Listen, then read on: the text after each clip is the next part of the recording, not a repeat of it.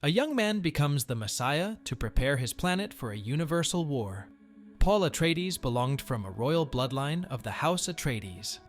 The Atreides were assigned to harvest the giant worms-infected sand dunes of the planet Arrakis for spice by the Galactic Emperor. Upon arriving on Arrakis, the Arrakeen people, the Fremen, see Paul as their prophesied Messiah, Lisan al-Gaib, which is a fake prophecy planted by the Bene Gesserit. The Atreides get a surprise attack by the Harkonnens, a dominant house ruling over the planet Giedi Prime. Paul's father, Leto Atreides, and his empire is wiped from existence as Paul and his mother escape and join the Fremen. Strap in, movie enthusiasts, it's recap time. Today, we will be recapping a mystery thriller film named Dune Part 2 from the year 2024. So let's start. The movie opens with Princess Irulan, daughter of the Galactic Emperor Shaddam IV, journaling the massacre of House Atreides, which was perpetrated by the Emperor himself. Paul and his mother Jessica have blended in with the Fremen now. They attack a fraction of Harkonnen soldiers, who are eliminating Fremen from Arrakis. Paul and the Fremen, led by Stilgar, successfully beat the Harkonnen fraction and steal their water. Jessica is pregnant with a girl who speaks with her telepathically. The Fremen set up a thumper to call the sandworm that swallows the dead Harkonnens. The Harkonnens on Arrakis, led by Rabban, grow frustrated because the Fremen are still taking out their soldiers. Meanwhile, Stilgar takes Paul and Jessica to Fremen's secret cave named Sech Tabr. There, Stilgar seeks advice from the elders who inform them their reverend mother is dying, and Jessica should replace her. Stilgar firmly believes in the Lisan al-Gaib prophecy that a mother and a son will come from the outer world to bring peace in Arrakis. Stilgar shows Jessica their sacred water of 38 million decaliters, and it is reserved to make Arrakis green under the supervision of Lisan al-Gaib. Jessica is also a Bene Gesserit, so Stilgar proposes her to become the new Reverend Mother by drinking the water of life, extracted from the sandworms. Jessica accepts and drinks the liquid, and gains all the memories of the previous Reverend Mothers. Jessica survives the water, and some Fremen believers, including Stilgar, are fully convinced of the prophecy while some don't. Stilgar now teaches Paul their ways to live in the deserts. He sends Paul to travel in the desert, trying to avoid the sandworm that can sense people when they walk in a similar pattern. It's night now, and he's still walking and comes across Chani, another one of the Fremen soldiers. Chani teaches Paul the techniques to walk in the desert, and over time, she starts sharing a bond with Paul. Few days later, Paul, Chani, and the Fremen soldiers, the Fedaykin, attack another Harkonnen harvest and successfully take it down. Afterward, they celebrate their victory, and Paul chooses a Fremen name for himself, which is Muad'Dib, named after the desert mouse of Arrakis.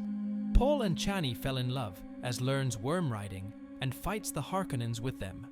The word of Muad'Dib now spreads among the Harkonnens as well. Paul can see visions of future, and this time he sees a vision of a woman walking towards the sun, which triggers the holy war as millions of people starve across the galaxy. Paul is prepared now and rides his first worm, which turns out to be the Shai Hulud, one of the biggest worms on Arrakis. He excels at riding the worm as all the Fremen cheer for him. Jessica is now the Reverend Mother, who is making people believe in her fake prophecy of Paul, to control and lead the Arrakeen. Paul is furious with his mother because she is creating false hope. Paul sees the vision again. The women triggering the holy war is none other than Jessica herself. Jessica and Fremen elders are taken to the south to gather with the other Fremen fundamentalists who believe in the prophecy. Rabban grows tired of hearing Muad'Dib's name, so he open fires on a Fremen outpost. Upon landing on the ground, the Harkonnen soldiers get attacks by Muad'Dib and his soldiers from the dust. Rabban retreats in fear, while most of his minions perish at the Fedaykin's hands. The word of Prophet Muad'Dib travels to the Emperor, who also grows worried, while Princess Irulan theories it could be Paul Atreides. Irulan discusses with Bene Gesserit, Reverend Mother Helen Mohiam, who suggest bringing in Fade Rautha Harkonnen. He's the deranged nephew of Baron Vladimir Harkonnen, ruler of Giedi Prime and brother of Rabban. At Giedi Prime, a gladiator festival is held where Baron Vladimir pays a visit to see his nephew, Fade Rautha, fight 3 remaining Atreides soldiers. 2 of them are drugged, who get slayed by the deadly Fade Rautha. The stable Atreides warrior puts up a good fight with him, but gets stabbed to death eventually. Feyd Rautha is now a national champion, as a new Bene Gesserit member, Lady Margot, lures Feyd Rautha to her room and seduces him. She successfully secures his bloodline within her and reports back to Mother Helen. Now, Feyd Rautha is hauled as a warrior as the Baron puts him in charge of Arrakis harvesting, replacing Rabban. Paul reunites with Gurney Halleck, who survived the Atreides massacre by joining Arrakeen rebellions. Gurney finds out Paul is leading the Fremen and tells him to prepare an army to rule the planet. Paul reveals that he saw a vision, so he didn't go to the south with his mother as the Messiah because it would have triggered a holy war. Gurney takes Paul and Stilgar to a secret base. He knows where Duke Leto Atreides had secretly kept the Atreides 92 atomic warheads, and it can only be unlocked by Paul. Paul opens the base, and now they have real power. Meanwhile, Jessica reaches the south, and in the temple, she meets a woman who shows her how to catch a baby worm and extract the water of life from it. Jessica orders her to present the water for Paul to drink when he arrives. The lady insists because no man can survive drinking the poisonous liquid, but the Atreides are trained to survive poison consumption. Paul sees a vision of Chani witnessing a nuclear explosion, and by the time he reaches, her face is mutilated. Paul wakes up and hears bomb blasting. He sees Chani witnessing the explosion and runs to her only to find her safe. The explosions are Feyd Rautha attacking the Sietch Tabor and destroying their sacred water reserve. Feyd Rautha meets Rabban and berates him for failing the Harkonnens. He kicks Rabban and makes him kiss his foot out of shame as he plans to land on ground with troops. Most of the survivors of the attack at the Sietch, including Stilgar, are brought to a safe shelter.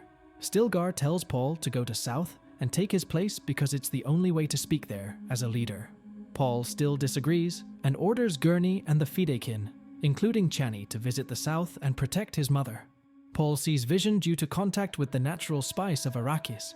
He sees another premonition of Jamis, who guides him to drink the water of life to unlock his powers to see the past and the future. Chani convinces Paul to go to south with her as Feyd Rautha lands in Sietch Tabor. He meets the remaining Fedakin survivor in the Sietch, so he eliminates her too. Paul heads to south with the Fremen and reaches the temple. There, the short lady hands Paul the drink of life, and Paul accepts. Paul sees a vision of the future where he sees his unborn sister all grown up in an ocean-covered Arrakis. Jessica, Chani, and rest of the Arrakeen arrive only to find Paul dead. Chani sheds tears, believing Paul died because of the water of life. Jessica reveals to her that she's part of the prophecy too. Chani asks for the water of life and mixes her tear with it. She makes Paul taste it, which brings him back to life. Paul wakes up and now his mind is fully unlocked. He can clearly see the past, the present, and the future to determine their victory against the Harkonnens and the Emperor. Paul also finds out about his past that his mother is actually the daughter of Baron Vladimir Harkonnen, which makes him a Harkonnen as well. Paul arrives at the South Temple, where all of the Fremen fundamentalists and leaders have gathered. Chani tries to take a stand against the gathering, but Gurney talks her out of it. Paul interrupts the gathering and starts declaring himself as Lisan al-Gaib. Some fundamentalists question him, but he tells them about their pasts and the past of the planet Arrakis. Paul then gives a speech, and this clears everyone's doubts about Paul being their messiah, and now he is officially the leader of the Arrakis. Paul now sends a challenge invitation to the Galactic Emperor for his throne.